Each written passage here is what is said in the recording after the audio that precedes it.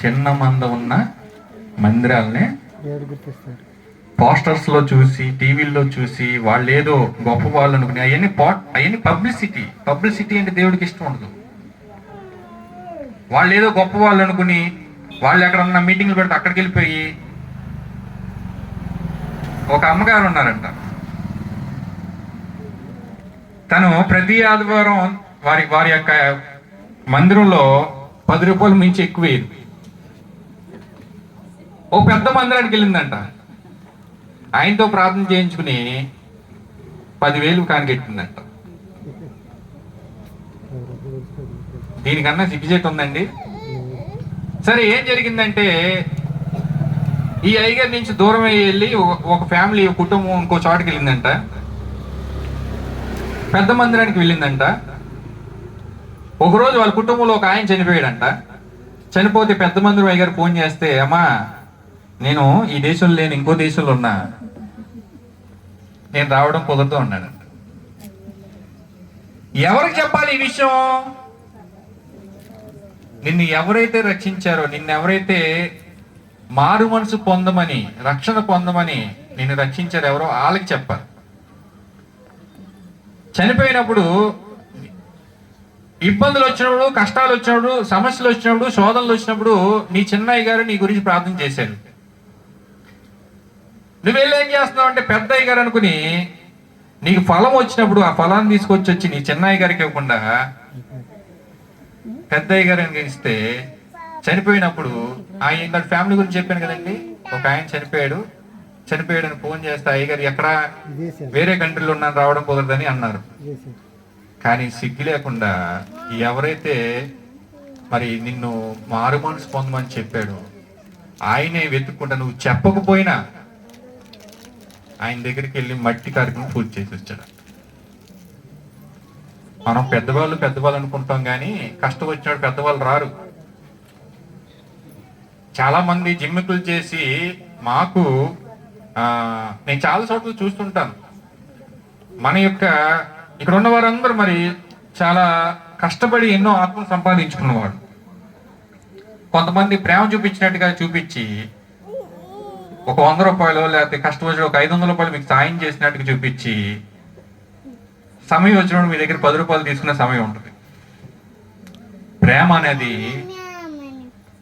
నీ యొక్క దైవజనుడి దగ్గరే దొరికింది. ఈ క్రిస్మస్ రోజులో ఈ యొక్క 15వ తారీఖు క్రిస్మస్ జరుపుకుంటున్నారు, సెమీ క్రిస్మస్. నిజమైన ఆనందం, నిజమైన యొక్క సంతోషం ఎక్కడ ఉంటుందో తెలుసండి? నీ యొక్క దైవజనుడిని నువ్వు సంతోష పెట్టినప్పుడు నీ ఇంట్లో నిజమైన క్రిస్మస్ ఉంటుంది. దేవుని స్తోత్రం, హల్లెలూయా. నీ యొక్క దైవజనుడిని నువ్వు సంతోష పెట్టినప్పుడే నిజమైన క్రిస్మస్.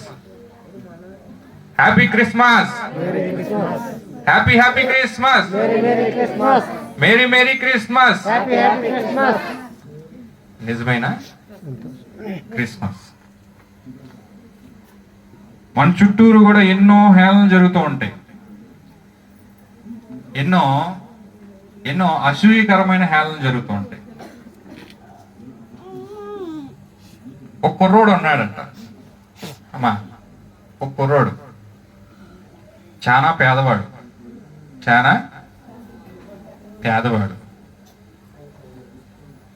రోజు కాలేజీకి వెళ్ళి, చిరిగిపోయిన బట్టలతో కాలేజీకి వెళ్ళి వస్తూ ఉండేవాడు. ఓ రోజు ఏం జరిగిందంటే, ఒక బస్ స్టాండ్ లో 4 కుర్రోళ్ళు కూర్చుని ఈ చిరిగిపోయిన బట్టలతో వెళ్తున్న కుర్రోడిని హేళన చేస్తున్నారంట. ఏం చేస్తున్నారు? హేళన చేస్తున్నారు. ఈ బస్ స్టాండ్ లో కూర్చున్న కుర్రోళ్ళు మంచి ఖరీదైన బట్టలు వేసుకున్నారు,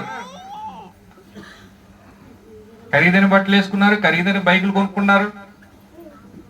ఈ చిరిగిపోయిన దుస్తులు వేసుకున్నాడు చూసి చిన్న చూపుతో, అరే ఆడు చూడరా చిరిగిపోయిన బట్టలు వెళ్తున్నాడు, అరే ఏంట్రా చిరిగిపోయిన బట్టలు, మీ బ్రతుకులు ఇంతేరా అని హేళన చేస్తున్నారు. ఎవరు? 4 కుర్రోళ్ళు. ఆ హేళన చేసినప్పుడు ఈ కుర్రోడు కోపం వచ్చింది, కానీ కోపపడితే మనకే నష్టం అని చెప్పి తలదుంచుకుని వెళ్ళిపోయాడు. ఏం చేశాడండి? తలదించుకుని వెళ్ళిపోయాడు. కొన్ని రోజులు అలా గడిచినాయి, కొన్ని సంవత్సరాలు గడిచినాయి, కొన్ని రోజులు గడిచినాయి, కొన్ని సంవత్సరాలు గడిచినాయి. అదే రోడ్లో ఎవరైతే హేళన చేయబడ్డాడో, ఎవరైతే వెక్రించబడ్డాడో ఆ బాబే పెద్ద ఒక మంచి కారులో, ఏం కారు అండి? మంచి కారు, BMW కారు, అంటే ₹1,00,00,000 కన్నా ఎక్కువ ఉంటుంది కారు. మంచి కారులో మంచి బట్టలు వేసుకుని, మంచి వాచ్ పెట్టుకుని, మంచి బూట్లు వేసుకుని హ్యాపీగా అదే కారులో వెళ్తున్నాడంట. ఎక్కడి నుంచి? అదే బస్ స్టాండ్ ఎదురు నుంచి. ఏం జరిగిందండి? ఎక్కిరించబడిన వాడు దీవించబడ్డాడు. ఎక్కిరించిన వాళ్ళ పరిస్థితి ఏమైంది? బ్రతుకు బస్ స్టాండ్ అయింది. ఏమైంది? బ్రతుకు బస్ స్టాండ్ అయింది. అదే బస్ స్టాప్ లకు వచ్చింది. ఆడిని ఎక్కిరించినప్పుడు ఇలా కొత్త బట్టలు వేసుకుని ఖరీదైన బైకుల మీద తిరిగారు. వీడు కారులో వెళ్తుంటే వాళ్ళు అక్కడ పాన్పరాకులు, కిల్లీలు నోటి నిండా వాసన కొట్టే విధంగా ఖరాబ్ మురికిగా పొళ్ళు వేసుకుని ఇంకోటి రోడ్డు మీద వెళ్తుంటే ఆడిని ఎక్కిరిస్తున్నారంట.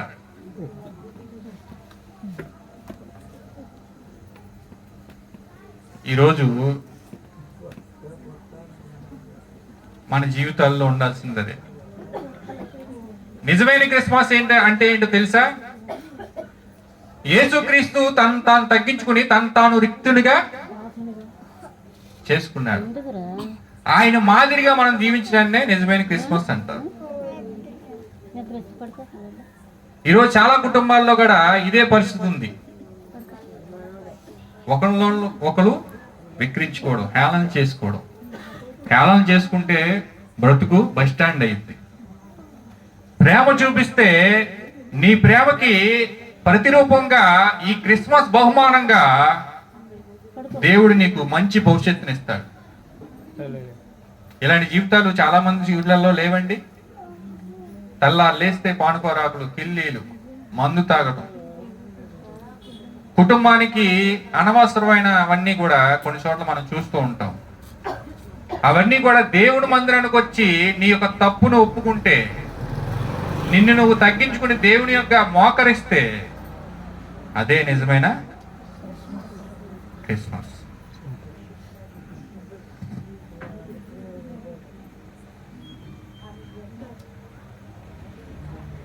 మరి నేను మంచి వాక్యం చెప్పడానికి చాలా మంచి బ్రీఫ్గా ఇంట్రడక్షన్ తీసుకొచ్చాను. మరి టైం కూడా అయిపోతుంది. నేను చెప్పాలనుకున్న ప్రవచనాలు నెరవేర్పులు చెప్పాలనుకున్నాను, కానీ మరి దాని టైం లేదు. ఇంకా కొన్ని విషయాలు, ఒక విషయం ఒకటి చెప్పుకుని జస్ట్ ఒక పావు గంటలో నేను ముగిచ్చేస్తాను. దేవుని స్తోత్రం, హల్లెలూయా. మత్తయి సువార్త 18వ అధ్యాయం 1వ అధ్యాయం 18వ వచనం. దానికన్నా ముందు మేకా సువార్త, మేకా గ్రంథం 5:2.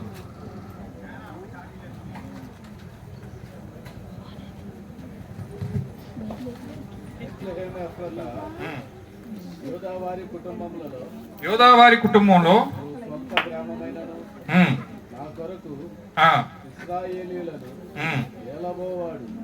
ఏలబోవాడు మీలో నుండి వచ్చును. చాలండి. ఇశ్రాయేలీయుల్ని ఏలబోవాడు మీలో నుండి వచ్చును. ప్రవచనం మత్తయి సువార్త 1వ అధ్యాయం 18వ వచనం. యేసుక్రీస్తు జనన విధానం ఎట్లనగా, ఆయన తల్లి అయిన మరియ యోసేపునకు ప్రదానం చేయబడిన వారి ఏకం కాకమునుపు ఆమె పరిశుద్ధాత్మ వలన గర్భవతిగా ఉండెను. ఆమె భర్త అయిన యోసేపు నీతిమంతుడై ఉండి ఆమెను అవమానపరచునొల్లక రహస్యముగా ఆమెను విడనాడ ఉద్దేశించు. ఈ 19వ వచనంలో ఒక మాట ఉందండి. ఆమె భర్త అయిన యోసేపు నీతిమంతుడై ఉండి ఆమెను అవమానపరచునొల్లక రహస్యముగా ఆమెను విడనాడ ఉద్దేశించు. ఈయన నీతిమంతుడు అని చెప్పుకోవడానికి ఈ యొక్క వాక్యం ఎంత శ్రేష్టమైందండి. యోసేపునకు ప్రదానం చేయబడిన తర్వాత వారు ఏకం కాక మునుపు ఆమె పరిశుద్ధాత్మ వలన గర్భవతిగా, యోసేపుకు ప్రదానము చేయబడిన తర్వాత, ప్రదానం అంటే ఏంటి? నిశ్చితార్థం. ఏంటండి? నిశ్చితార్థం చేయబడిన తర్వాత ఇక్కడ ఒక మాట ఉంది, యోసేపు నీతిమంతుడై ఆమెను అవమానపరచనొల్లక